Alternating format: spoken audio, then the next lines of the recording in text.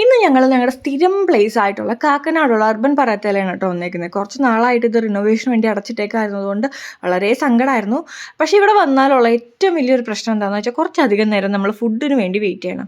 പക്ഷേ വെയിറ്റ് ചെയ്താലും വരുന്നത് നല്ല അടിപൊളി ഫ്രഷ് ആയിട്ടുള്ള ഫുഡ് ആയതുകൊണ്ട് തന്നെ നമുക്ക് വെയിറ്റ് ചെയ്യുന്നതിന് നല്ല വേർത്തി ആയിട്ടുള്ള ഫുഡാണ് നമുക്ക് കിട്ടുക. അപ്പോൾ ആദ്യം തന്നെ നമ്മൾ പറയുന്നത് ഒരു മലായി ചിക്കൻ ടിക്കയാണ്. ഇതിന് മുമ്പിൽ ഈ പതഞ്ഞിരിക്കുന്നത് മുട്ടയാണ് കേട്ടോ.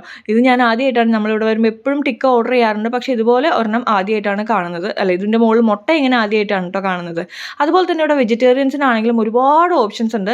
വെജിറ്റേറിയൻ ഹോട്ടലിൽ ഇല്ലാത്ത അത്രയും ഓപ്ഷൻസ് പോലും ഇവിടെ ഉണ്ട്. അപ്പോൾ വെജിറ്റേറിയൻസ് ആരെങ്കിലും ഉണ്ടെന്നുണ്ടെങ്കിൽ ഒന്ന് വന്ന് ട്രൈ ചെയ്ത് നോക്കുക, പ്രത്യേകിച്ച് നോർത്ത് ഇന്ത്യൻ ഫുഡ് ഇഷ്ടമുള്ള ആൾക്കാർക്ക് കേട്ടോ. അതുപോലെ ഞാൻ അവരുടെ അടുത്ത് നിന്ന് തന്നെ ഒരു ചീസി ഗാർലിക് നാൻ പറഞ്ഞിട്ടുണ്ടായിരുന്നു. അതിൻ്റെ കൂടെ സൈഡ് കറി ആയിട്ട് പറയുന്നത് ഒരു ദാൽ ഫ്രൈ ആണ്.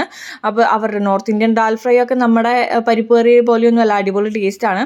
അത് ഈ ഒരു നാനിൻ്റെ കൂടെയും റൊട്ടിയുടെ കൂടെയൊക്കെ വളരെ അടിപൊളി കോമ്പിനേഷൻ ആയിരുന്നു. ഞാനാണെങ്കിൽ ഇവിടുന്ന് ഒരു ബിരിയാണിയാണ് ഓർഡർ ചെയ്തത്. ഒരു ചിക്കൻ ടിക്ക ബിരിയാണിയാണ് ഞാൻ ഓർഡർ ചെയ്തത്. അടിപൊളി സംഭവമാണ്. ആ ചിക്കൻ ടിക്ക എല്ലാവരും മാരിനേറ്റ് ചെയ്ത് വെച്ചിട്ട് അവർ ആ ഒരു ബിരിയാണി ഉണ്ടാക്കുന്നതിന് മുമ്പ് ചെയ്തെടുക്കുന്നതാണ്. അതുകൊണ്ട് തന്നെയാണ് അവർക്ക് സമയം എടുക്കുന്നത്.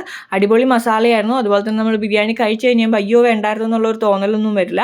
അവരുടെ ആ ഒരു പിക്കിളും ആ ഒരു സാലഡും എല്ലാം കൂടെ കൂട്ടി കഴിക്കാൻ അടിപൊളി ടേസ്റ്റ് ആയിരുന്നു. അത് കഴിഞ്ഞ് ഞാൻ പിന്നെ അവിടുത്തെ ഒരു സ്വീറ്റ് ലസ്സി മേടിച്ചു. സ്വീറ്റ് ലസ്സി മേടിക്കാണ്ട് നമുക്ക് അവിടുന്ന് പോരാൻ പറ്റില്ലല്ലോ. അപ്പോൾ അത്രയേ ഉള്ളൂ. ഇത് കാക്കനാടുള്ള അർബൻ പറാത്തയിലാണ് കേട്ടോ.